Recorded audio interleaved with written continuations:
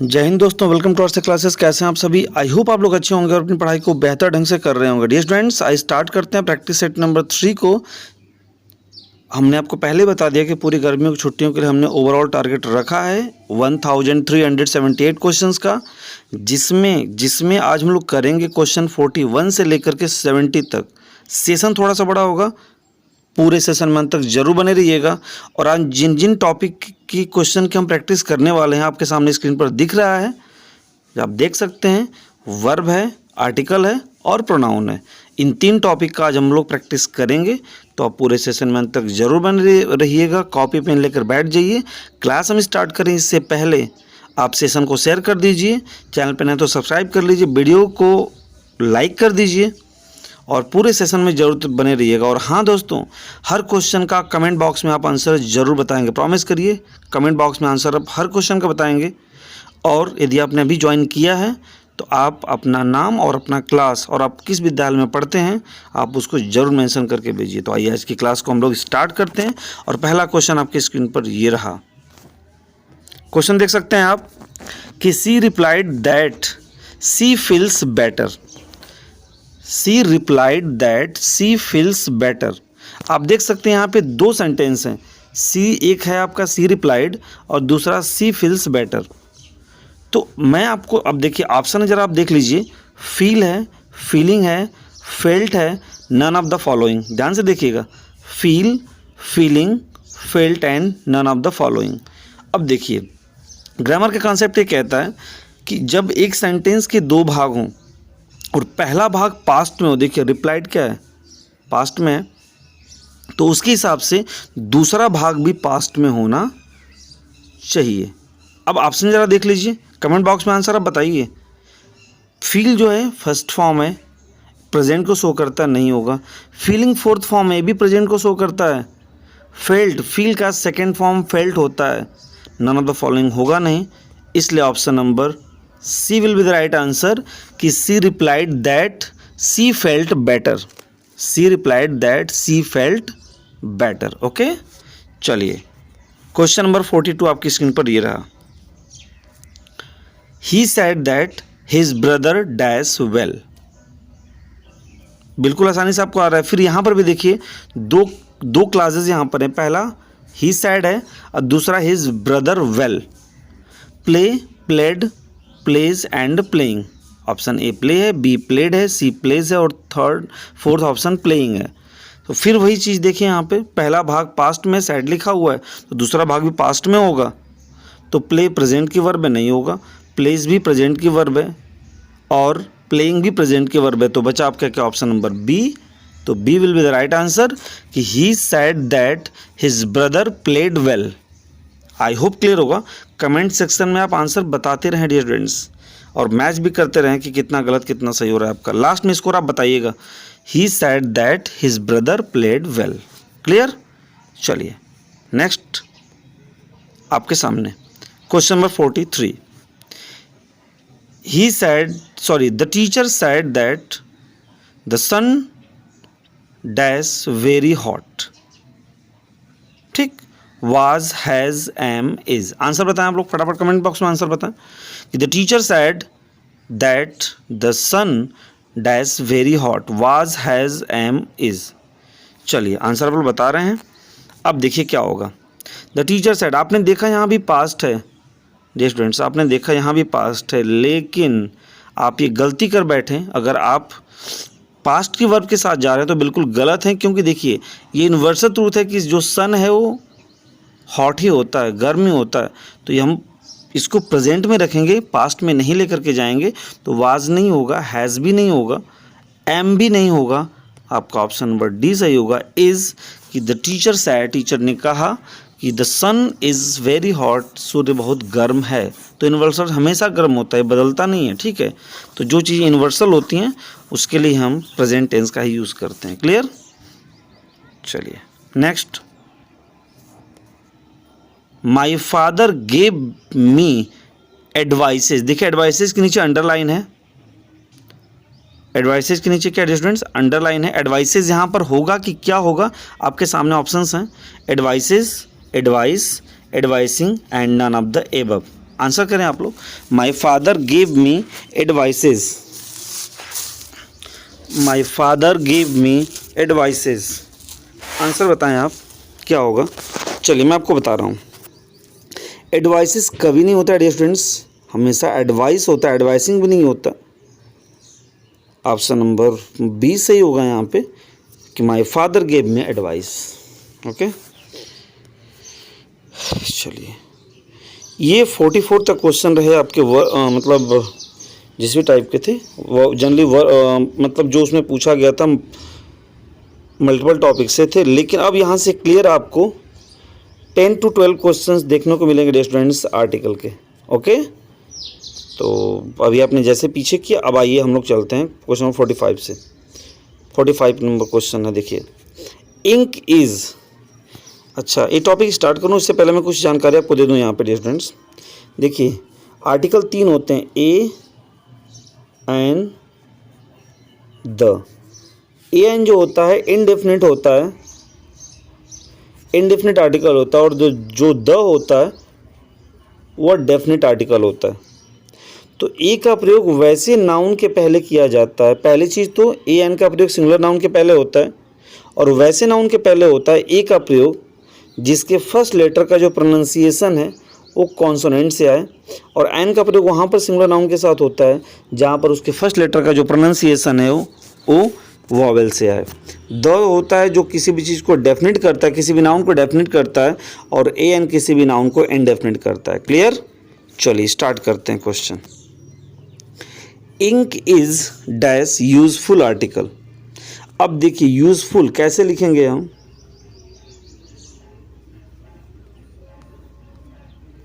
Useful. अब देखिए useful यह जो आ रहा है ये आपका आ रहा है कॉन्सोनेंट से।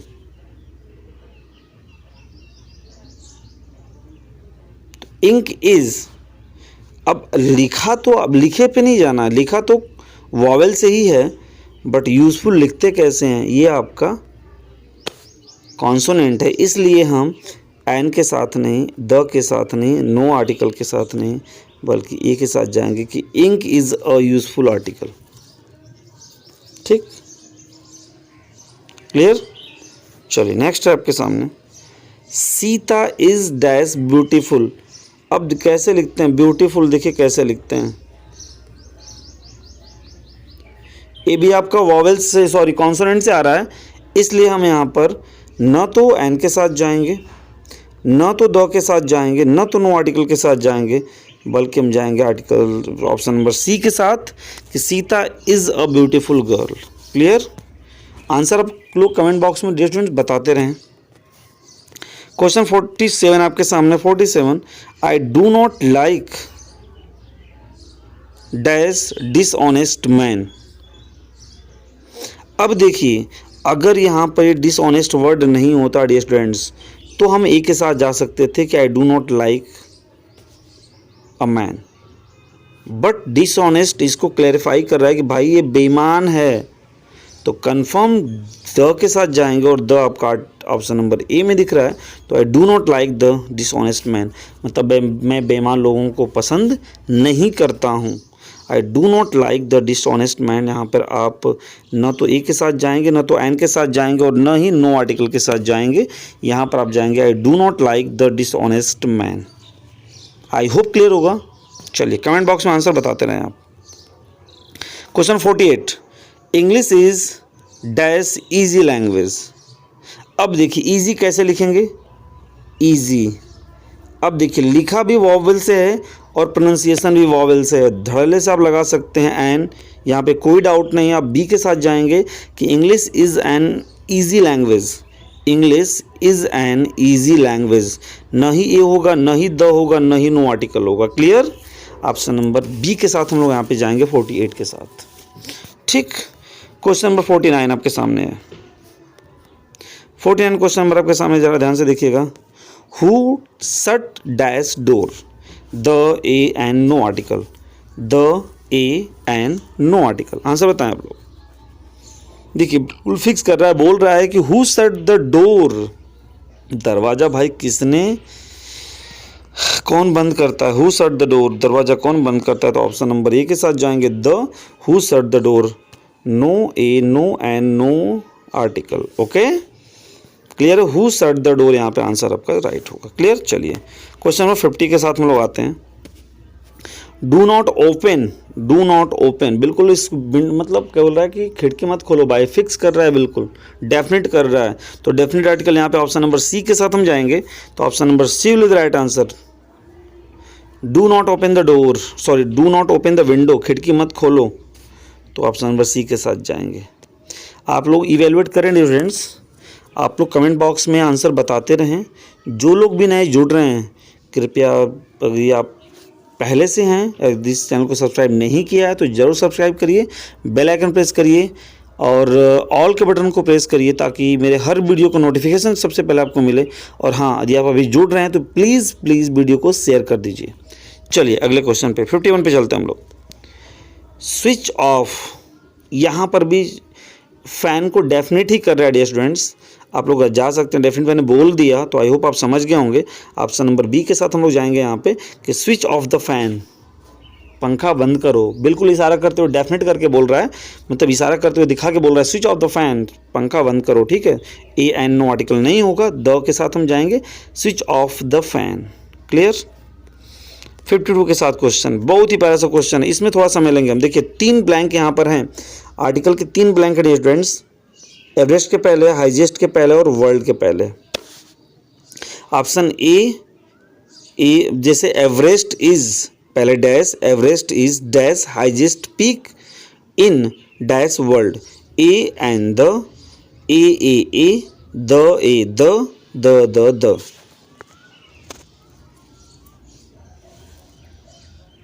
अब देखिए, चलिए मैं बताता हूँ, आप लोग आंसर करें। एवरेस्ट के पहले हम द लगाएंगे क्योंकि देखिए एवरेस्ट मतलब किसी पर्वत की चोटी का यहाँ पे दिया हुआ है, हम द के साथ जाएंगे। हाईएस्ट किसी भी सुपरलेटिव डिग्री के पहले द का प्रयोग होता है, और इन द वर्ल्ड मतलब वो संसार में एक है भाई, सबसे ऊंची highest peak in the world, पूरे संसार में एक है, तो यहाँ पर भी द होगा और तीनों में द भरा जाएगा, और ऑप्शन नंबर डी इसके लिए सही है, तो हम डी के साथ जाएंगे कि the Everest is the highest peak in the world, the Everest is the highest peak in the world. I hope clear है। चलिए क्वेश्चन नंबर 53 पे हम लोग चलते हैं, ये तो आप प्यारा से बहुत आसानी से बता सकते हैं। Dash sun rises in dash east and sets in dash west. Option A, option B the, a an, option C a and the, option D the. चलिए मैं आपको बताता हूँ। सन पूरी दुनिया में एक है, सन और मून के पहले आर्टिकल द लगता है, किसी भी दिशाओं के नाम के पहले आर्टिकल द लगता है, ईस्ट दिशा का नाम है, वेस्ट भी दिशा का नाम है, अर्थात यहाँ पर भी तीनों के साथ ऑप्शन आपका द ही आएगा। तो यहाँ पर आप देख सकते हैं स्टूडेंट्स, ऑप्शन नंबर डी के साथ हम लोग जाएंगे कि the sun rises in the east and sets in the west. तो द सन राइजेज सूरज उगता है इन द ईस्ट पूरब में, एंड सेट्स डूबता है इन द वेस्ट, कहाँ पे, पश्चिम में, क्लियर। चलिए क्वेश्चन नंबर 54 पे हम लोग आते हैं। Who was dash first prime minister of India. अब देख सकते हैं यहाँ पे स्टूडेंट्स, बिल्कुल इनको फिक्स कर रहा है कि भाई कौन थे, तो डेफिनेट कर रहा है, तो डेफिनेट जानते हैं डेफिनेट आर्टिकल क्या होता है, द होता है। तो who was the first prime minister of India, who was the first PM of India, तो यहाँ पे हम ऑप्शन नंबर द के साथ जाएंगे, डेफिनेट कर रहा है, क्लियर। चलिए क्वेश्चन नंबर 55 के साथ आते हैं हम लोग।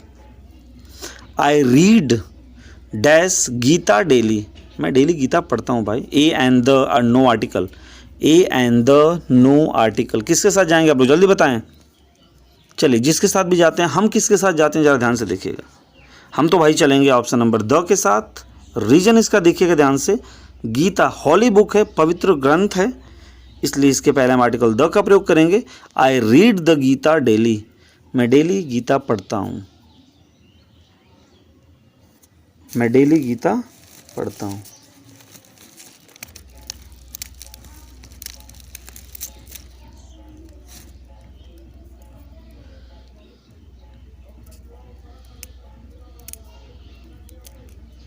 मैं डेली गीता पढ़ता हूँ। ठीक, चलिए आगे क्वेश्चन 56 पे आते हैं।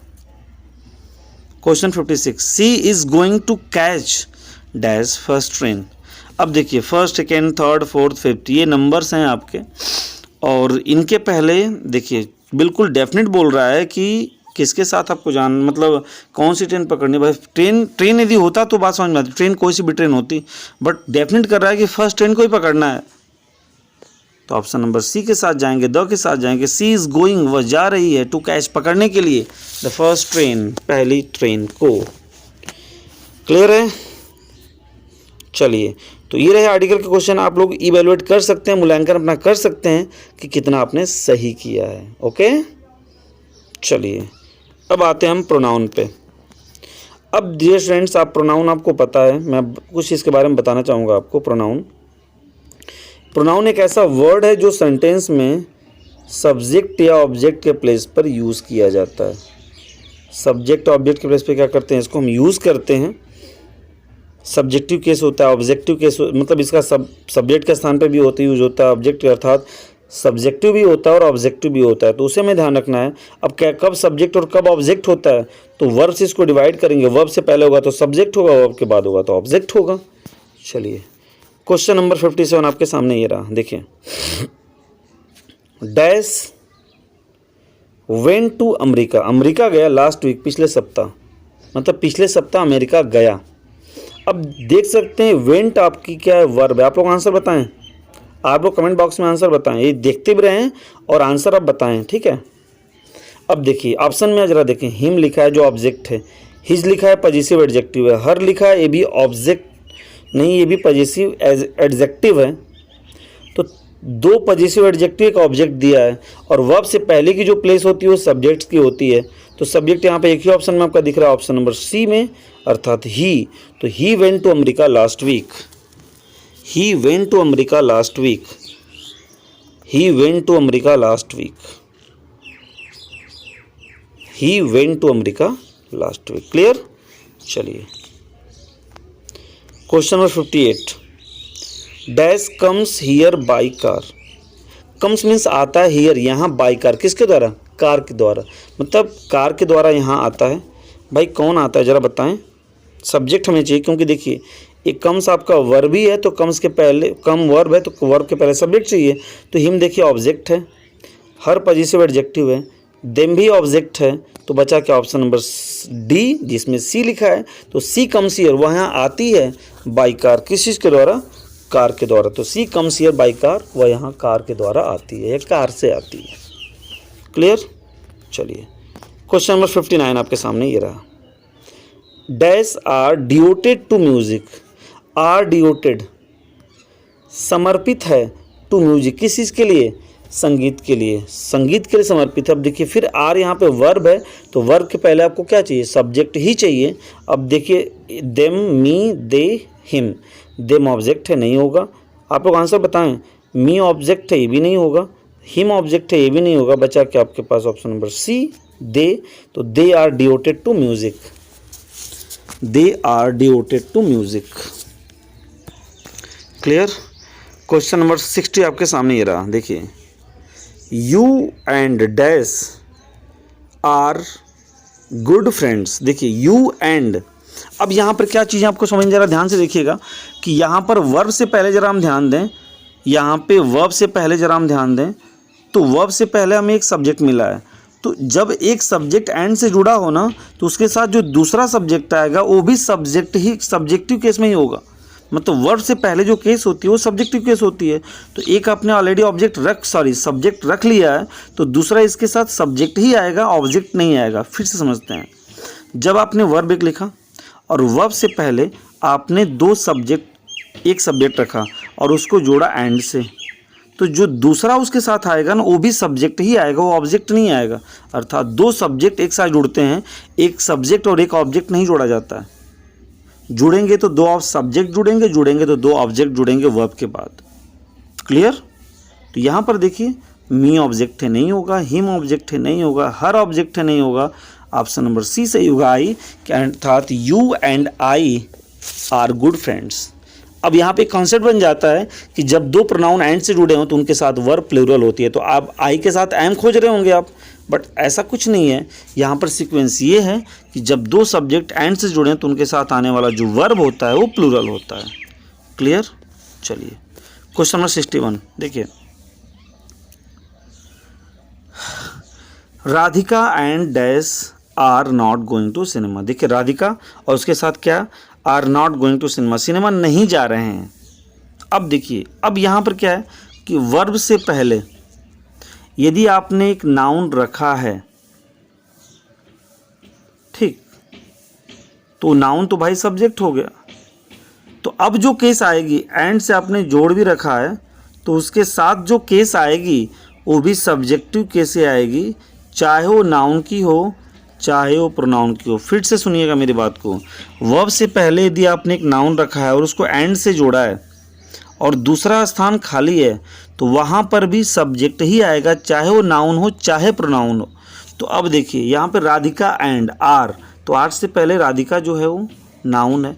अब जो खाली स्थान है यहाँ पे नाउन या प्रोनाउन होगा लेकिन सब्जेक्टिव किसका होगा, तो देखिए him option number A object है, हर भी ऑब्जेक्ट है, देम ऑब्जेक्ट है, इसलिए ऑप्शन नंबर बी सही होगा, I. Radhika and I are not going to cinema. Clear? I hope clear होगा आपका। चलिए, तो ये रहे क्वेश्चंस आपके प्रोनाउन के। अब आते हैं हम लोग वर्ब के ऊपर। सॉरी, थोड़ी खांसी आ गई। वर्ब्स को हम लोग चलेंगे। वर्ब आप जानते हैं कैसे फिल करना है। तो क्वेश्चन नंबर 62 पे हम लोग आते हैं। अ boy and a girl, a boy and a girl. देखिए, जब दो सिंगुलर नाउन एंड से जुड़े हों, कमेंट बॉक्स में डियर स्टूडेंट्स आंसर आप बताते रहें और अपना एक बार स्कोर ज़रूर चेक कर लीजिए कि आपने कितना अभी तक सही किया है। कोशिश करिएगा, गलत ज़्यादा हो रहा है तो सही करने की। और हाँ भाई, वीडियो को ज़रूर शेयर कर दीजिए, लाइक कर दीजिए, चैनल को सब्सक्राइब कर दीजिए भाई, क्योंकि अगर ऐसा आप करते हैं तो कम से कम हमारा भी मोटिवेशन बढ़ेगा कि नहीं आपको चीज़ें पसंद आ रही हैं। इसके पीछे भी डियर स्टूडेंट्स मेहनत लग रही है, सिर्फ आपके लिए चीज़ें की जा रही हैं, ध्यान रखिएगा इस बात को। तो जब दो सिंगुलर नाउन एंड से जुड़े हों तो उनके साथ वर्ब प्लूरल आती है, कॉन्सेप्ट मालूम होगा आपको। तो a boy and a girl दो अलग अलग हैं, तो यहाँ पर देखिए लिव्स आपका सिंगुलर है, नहीं होगा, लिविंग नहीं होगा क्योंकि हेल्पिंग वर्ब चाहिए उसके लिए, and none of the following भी नहीं होगा। तो ऑप्शन नंबर ए सही होगा यहाँ पे कि a boy and a girl live here. चलिए क्वेश्चन नंबर 63 चलते हैं हम लोग। 63, a horse and carriage, a horse and carriage. Horse मतलब घोड़ा, कैरेज मतलब गाड़ी। तो घोड़ा गाड़ी, एक पेयर बन रहा है, ध्यान दीजिएगा डियर स्टूडेंट्स, पेयर बन रहा है, जोड़ा बन रहा है, एक को शो कर रहा है, तो इसके साथ वर्ब सिंगुलर होगी। आर, वर, हैव, वाज में से आप चुन सकते हैं। तो आप देख सकते हैं dear students, a horse and carriage, घोड़ा और गाड़ी जो है, वाज सीन देयर, देखा गया था, ठीक है। आर प्लूरल है, नहीं होगा, वर्ब प्लूरल है प्लूरल है, नहीं होंगे। ऑप्शन नंबर डी सही होगा यहाँ पे। कॉन्सेप्ट ये है कि जब दो नाउन एंड से जुड़े हों और दोनों पेयर को शो करें तो वर्ब उसके साथ सिंगुलर हो जाती है, और दोनों अलग अलग को शो करें तो वर्ब आपके प्लूरल होती है, ठीक। क्वेश्चन नंबर 64 पे आते हैं। देखिए, my father and my friend dash come, ठीक। Has, have, is, are. Answer करें आप लोग, कमेंट बॉक्स में आंसर करें, हैज़, हैव, इज, आर। अब देखिए ध्यान से, जब दो नाउन डियर स्टूडेंट्स आप एंड से जोड़े हों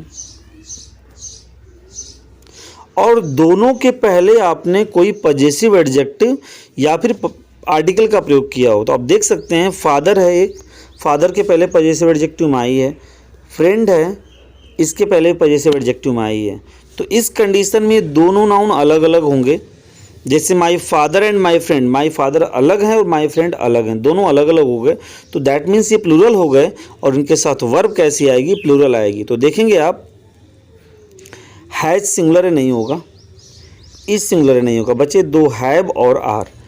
आर के साथ चाहिए मेन वर्ब फोर्थ फॉर्म, जो कम दिया है, नहीं होगा। ऑप्शन नंबर बी के साथ जाएंगे, have, my father and my friend have come, मतलब मेरे पिता और मेरे मित्र आ चुके हैं। क्लियर? 65 पे आते हैं हम लोग। देखिए 65, my brother and colleague to swim in the river. आप देख सकते हैं यहाँ पे स्टूडेंट्स कि यहाँ पर दो नाउन ब्रदर और कलीग हैं, बट यहाँ पे पजेसिव एडजेक्टिव एक के साथ है। तो ऐसी कंडीशन बने कि जब दो नाउन एंड से जुड़े हों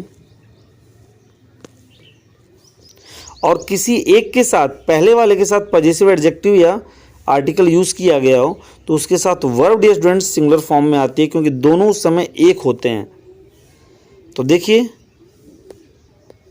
जो वांट्स आपका है, सॉरी जो वांट है प्लूरल है, फर्स्ट फॉर्म में नहीं होगा, वांटिंग फोर्थ फॉर्म में नहीं होगा, नॉन ऑफ द एबव नहीं होगा, ऑप्शन नंबर 20 सही होगा। वांट्स कि my brother and colleague wants to swim in the river, मतलब मेरे भाई और मेरे कलीग जो हैं, बगल के जो हैं, वो सहपाठी जो साथी हैं, वो तैरना चाहते हैं। क्लियर। चलिए question number 66, you and C dash on the match. बहुत ही प्यारा सा कॉन्सेप्ट है, यहाँ पे का आंसर आप कर सकते हैं you and C dash on the match. देखिए बहुत सारे स्टूडेंट इस सी को देख के आ रहे होंगे, ये तो सिंगुलर लग रहा है भाई, यूथ प्लूरल, कंफ्यूज भी होंगे। तो देखिए जैसे दो नाउन एंड से जुड़े हों तो वर्ब प्लूरल होती है, दोनों अलग अलग हों, तो उसी तरह से जब दो प्रोनाउन एंड से जुड़ेंगे और दोनों अलग अलग होंगे तो उनके साथ वर्ब प्लूरल आएगी।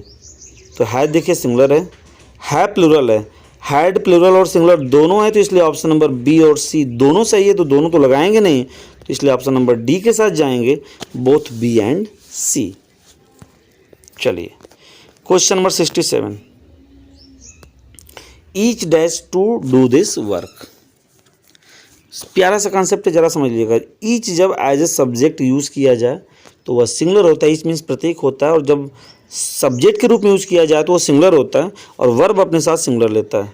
तो वही चीज़ वांट प्लूरल है, वांट सिंगुलर है, वांटिंग नहीं होगा यहाँ पे, नन ऑफ द फॉलोइंग भी नहीं होगा, तो ऑप्शन नंबर बी के साथ जाएंगे कि ईच वांट्स प्रत्येक चाहते हैं, टू डू दिस वर्क इस काम को करना, अर्थात प्रत्येक इस काम को करना चाहते हैं।